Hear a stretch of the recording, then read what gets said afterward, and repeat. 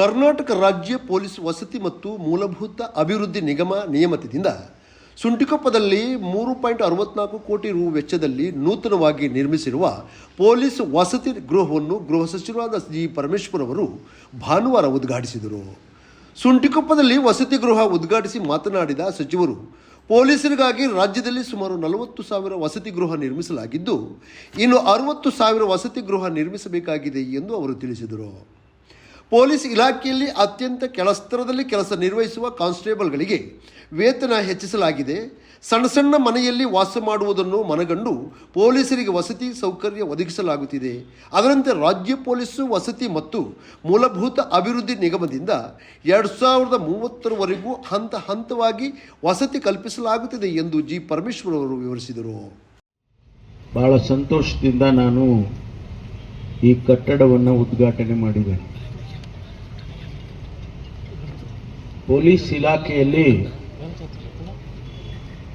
ಅತ್ಯಂತ ಕೆಳಸ್ತರದ ಜೀವನವನ್ನು ಯಾರಾದರೂ ನಡೆಸ್ತಾ ಇದ್ದಾರೆ ಅಂದರೆ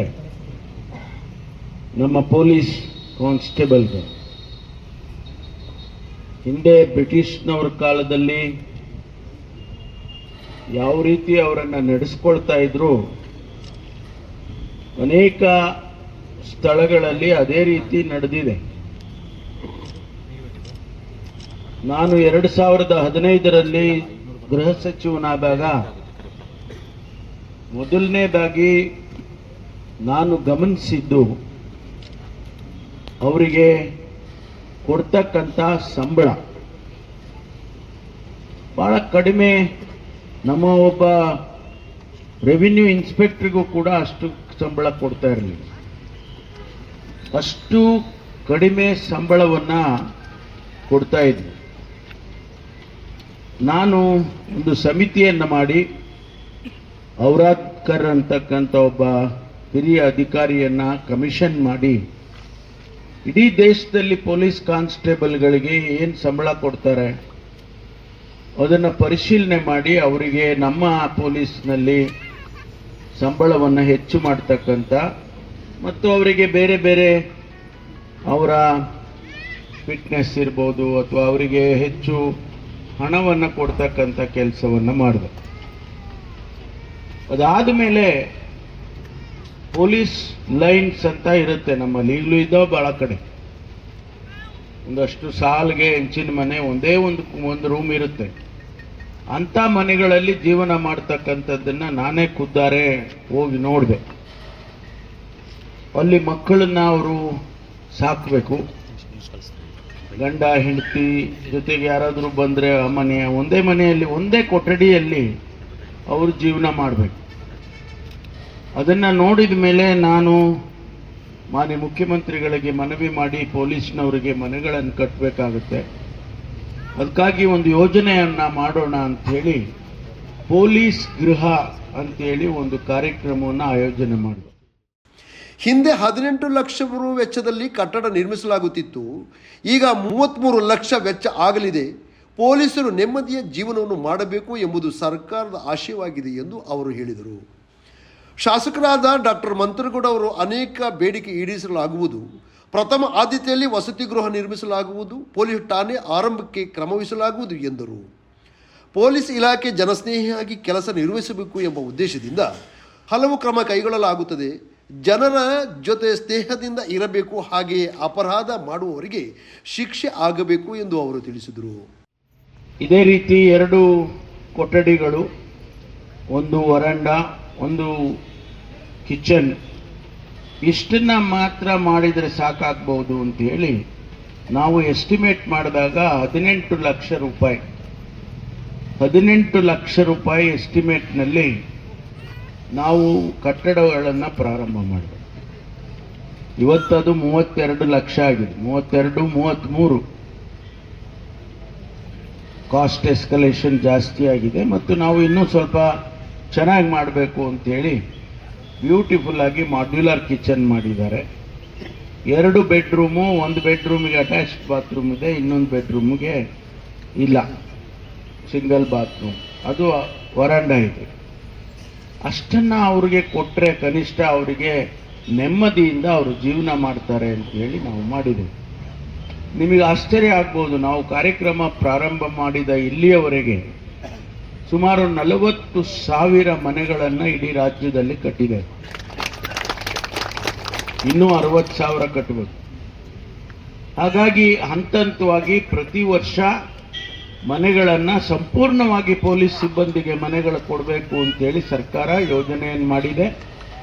ಮೊನ್ನೆ ತಾನೇ ಮುಖ್ಯಮಂತ್ರಿಗಳಿಗೆ ನಾನು ಮಾತಾಡುವಾಗ ಬಡ್ಜೆಟ್ ಡಿಸ್ಕಷನ್ ನಮ್ಮ ಇಲಾಖೆದಾಗುವಂಥ ಸಂದರ್ಭದಲ್ಲಿ ನಾನು ಅವ್ರಿಗೆ ಮನವಿ ಮಾಡಿದೆ, ನೀವು ಏನು ಕೊಟ್ಟರೂ ಪರವಾಗಿಲ್ಲ, 2 ಬಂದೂಕ ಕಮ್ಮಿ ಮಾಡಿ, ಏನಾಗೋದಿಲ್ಲ, ನಾವು ಉಪಯೋಗಿಸೋದೇ ಅಪರೂಪಕ್ಕೆ, ಆದರೆ ಮನೆಗಳನ್ನು ಕೊಡಿ ಅಂತೇಳಿ ಮುಖ್ಯಮಂತ್ರಿಗಳಿಗೆ ಕೇಳಿ 2030ರವರೆಗೆ 2030ರವರೆಗೆ ಈ ಯೋಜನೆಯನ್ನು ನಾವು ಮುಂದುವರಿಸಿದ್ದೇವೆ.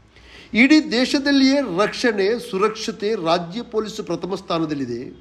ಹಗಲು ರಾತ್ರಿ ಮಳೆ ಬಿಸಿಲು ನಿದ್ರೆ ಇಲ್ಲದೆ ಪೊಲೀಸರು ಕರ್ತವ್ಯ ನಿರ್ವಹಿಸುತ್ತಾರೆ. ಆ ನಿಟ್ಟಿನಲ್ಲಿ ಗೌರವಿಸಬೇಕು. ಅದನ್ನು ಬಿಟ್ಟು ಪೊಲೀಸರ ಆತ್ಮಸ್ಥೈರ್ಯ ಕುಗ್ಗಿಸುವ ಕೆಲಸ ಯಾರು ಮಾಡಬಾರದು ಎಂದು ಅವರು ತಿಳಿಸಿದರು. ಪ್ರಸ್ತುತ ಸಿದ್ದರಾಮಯ್ಯ ನೇತೃತ್ವದ ಸರ್ಕಾರ 2023ರಲ್ಲಿ ನೀಡಿದ್ದ 593 ಭರವಸೆಗಳಲ್ಲಿ ಅರ್ಧಕ್ಕೂ ಹೆಚ್ಚು ಭರವಸೆ ಈಡೇರಿದೆ. ಇನ್ನು 2 ವರ್ಷದಲ್ಲಿ ಎಲ್ಲ ಭರವಸೆ ಈಡೇರಿಸಲಾಗುವುದು ಎಂದು ಗೃಹ ಸಚಿವರು ಹೇಳಿದರು. ಅನೇಕ ಬದಲಾವಣೆಗಳನ್ನು ತಂದಿದೆ. ಪೊಲೀಸ್ ಇಲಾಖೆಯಲ್ಲಿ ಜನಸ್ನೇಹಿಯಾಗಿರಬೇಕು, ಪೊಲೀಸ್ನವರು ಮತ್ತು ಸಾರ್ವಜನಿಕರು ಬಹಳ ಒಂದು ಸ್ನೇಹದಿಂದ ಇರಬೇಕು. ಅಂದರೆ ಕಳ್ತನ ಮಾಡೋನನ್ನ ಮರ್ಡರ್ ಮಾಡೋನನ್ನ ಅವನ ಹತ್ರನೂ ಫ್ರೆಂಡ್ಶಿಪ್ ಮಾಡಬೇಕು ಅಂತಲ್ಲ. ಸಾಮಾನ್ಯವಾಗಿ ಜನ ಎಲ್ಲ ಒಳ್ಳೆಯವರೇ ಅಲ್ಲ, ಯಾರೋ ಒಂದಿಷ್ಟು ಪರ್ಸೆಂಟೇಜು ಕಳ್ಳತನ ಮಾಡೋರು, ಸುಳ್ತನ ಮಾಡೋರು ಅಥವಾ ಅಪರಾಧಗಳನ್ನು ಮಾಡೋರಿಗೆ ನಾವು ಹೋಲಿಕೆ ಮಾಡೋಕ್ಕೆ ಆಗೋದಿಲ್ಲ. ಆದರೆ ಜನಸ್ನೇಹಿಯಾಗಿ ಇರಬೇಕು ಪೊಲೀಸ್ನವರು ಅಂತೇಳಿ ಅನೇಕ ಬದಲಾವಣೆಗಳನ್ನು ತಂದಿದ್ದೇವೆ. ಅವೆಲ್ಲ ವಿವರಣೆಯನ್ನು ಮಾಡೋದಕ್ಕೆ ಹೋಗೋದಿಲ್ಲ ನಾನು, ಯಾಕೆಂದರೆ ಸಮಯದ ಅಭಾವ ಇದೆ. ಸರ್ಕಾರ 1.36 ಸಾವಿರ ಕೋಟಿ ರೂ ಪಂಚ ಗ್ಯಾರಂಟಿಗೆ ಖರ್ಚು ಮಾಡಿದೆ. ಬಡವರು ಇತರರಂತೆ ಮುಖ್ಯವಾಹಿನಿಗೆ ಬರಬೇಕು ಎಂಬ ಉದ್ದೇಶದಿಂದ ಹಲವು ಕಾರ್ಯಕ್ರಮ ಜಾರಿಗೊಳಿಸಲಾಗಿದೆ ಎಂದು ಅವರು ತಿಳಿಸಿದರು. ಸರ್ಕಾರ ಜನಪರವಾಗಿದ್ದು ನುಡಿದಂತೆ ನುಡಿಯುತ್ತಿದೆ. ಸರ್ಕಾರ ಸುಭದ್ರವಾಗಿದ್ದು ಮಾರ್ಚ್ 6ರಂದು ಮುಖ್ಯಮಂತ್ರಿ ಸಿದ್ದರಾಮಯ್ಯನವರು ಒಳ್ಳೆಯ ಬಜೆಟ್ ಮಂಡಿಸಲಿದ್ದಾರೆ ಎಂದು ಜಿ ಪರಮೇಶ್ವರ್ ಅವರು ತಿಳಿಸಿದರು. ಆದರೆ ಸರ್ಕಾರ ನಿಮ್ಮ ಪರವಾಗಿದೆ. ಅದು ಯಾರ ಸರ್ಕಾರ? ಅದು ಮಂತ್ರಿ ಯಾರ MLA? ನಿಮ್ಮ MLA ಅಲ್ವಾ? ನಿಮ್ಮ MLAನ ಆರಿಸಿ, ನಿಮ್ಮ ಸರ್ಕಾರವನ್ನು ಆರಿಸಿ, ನಮ್ಮ ಸರ್ಕಾರ ಹಿಂಗೆ ಮಾಡಬೇಕು ಹಂಗೆ ಮಾಡಬೇಕು ಅಂತಕ್ಕಂಥ ಮಾತುಗಳಿದೆಯಲ್ಲ, ಅದು ಬಹಳ ಮುಖ್ಯ. ನಮಗೆ ನಾವು ಜನಗೆ ಮಾತು ಕೊಟ್ಟಿದ್ದೀವಿ, ಆ ಮಾತಿನಂತೆ ನಡ್ಕೊಳ್ತೀವಿ, ನುಡಿದಂತೆ ನಡಿತೀವಿ. ಯಾವ ಕಾರಣಕ್ಕೂ ನಾವು ತಪ್ಪು ಮಾಡೋದಕ್ಕೆ ಹೋಗೋದಲ್ಲ. ಮತ್ತೆ ನಿಮ್ಮ ಹತ್ರ ಬರಬೇಕಲ್ಲ 28 ಮೇ ತಿಂಗಳು, ಅಂದರೆ ಏಪ್ರಿಲ್, ಬಹುಶಃ 28 ಏಪ್ರಿಲ್ಗೆ ನಿಮ್ಮ ಹತ್ರ ಬರ್ತೀವಿ. ಆ ಬರುವಾಗ ನಿಮ್ಮ ಮನೆ ಬಂದಾಗ ಕೇಳೋದಿಲ್ವಾ ನೀವು? ಏನ್ರಿ ಹೋದ್ಸರಿ ಬಂದಿದ್ರಿ ಮಂತರ್, ಅವತ್ತೆಲ್ಲ ಏನೋ ಬಂಡಲ್ ಹೊಡೆದು ಹೋಗ್ಬಿಟ್ಟಿದ್ರಿ, ಇವತ್ತು ನಾವು ಹೆಂಗ್ ಬಂದ್ರಿ ಅಂತ ಕೇಳೋದಿಲ್ಲ ಶೋಭಾ? ಹೇಳ್ತಾರೋ ಇಲ್ಲ? ಆವಾಗ ಮಂತರ್ ಉತ್ತರ ಕೊಡ್ಬೇಕು, ನಾನು ಮಾಡಿದ್ದೀನಿ ಇದು, ಈ ಕೆಲಸ ನಮ್ಮ ಪಕ್ಷ ಈ ಕೆಲಸ ಮಾಡಿದೆ ಅಂತ ಹೇಳ್ಬೇಕಲ್ವಾ?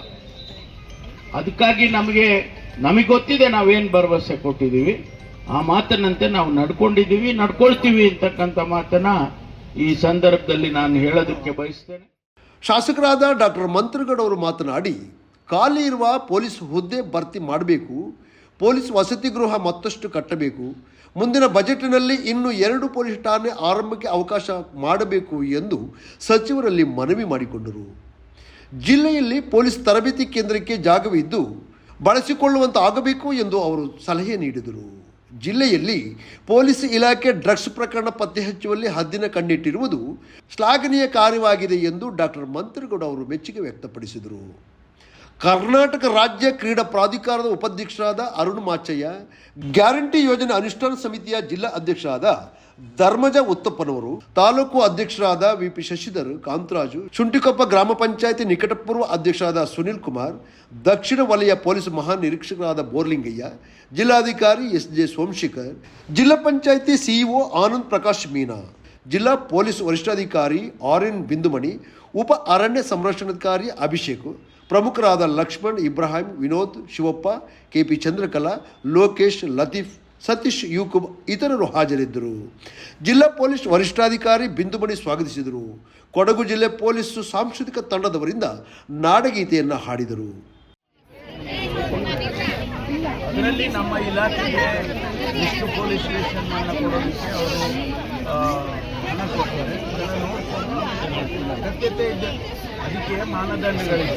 ಪೊಲೀಸ್ ಸ್ಟೇಷನ್ ಕೊಡಬೇಕು, 300 ಅಪರಾಧ ಇರಬೇಕು, RADS ಒಳಗಡೆ 50-60 ಸಾವಿರ ಆಮೇಲಿಂದ ಅಪರಾಧಗಳ ಜೊತೆಗೆ ಅಗತ್ಯತೆಗಳು ಇರಬೇಕು. ಇದೆಲ್ಲ ನೋಡಿ ನ್ಯಾಷನಲ್ ಪೊಲೀಸ್ ಮಾನದಂಡಗಳನ್ನು ಮಾಡಿದ್ದಾರೆ. ನೋಡಿ ಪೊಲೀಸ್ ಇದ್ರೆ ಖಂಡಿತ ಕೊಡ್ತೀವಿ, ಅದರಲ್ಲೇನಿದೆ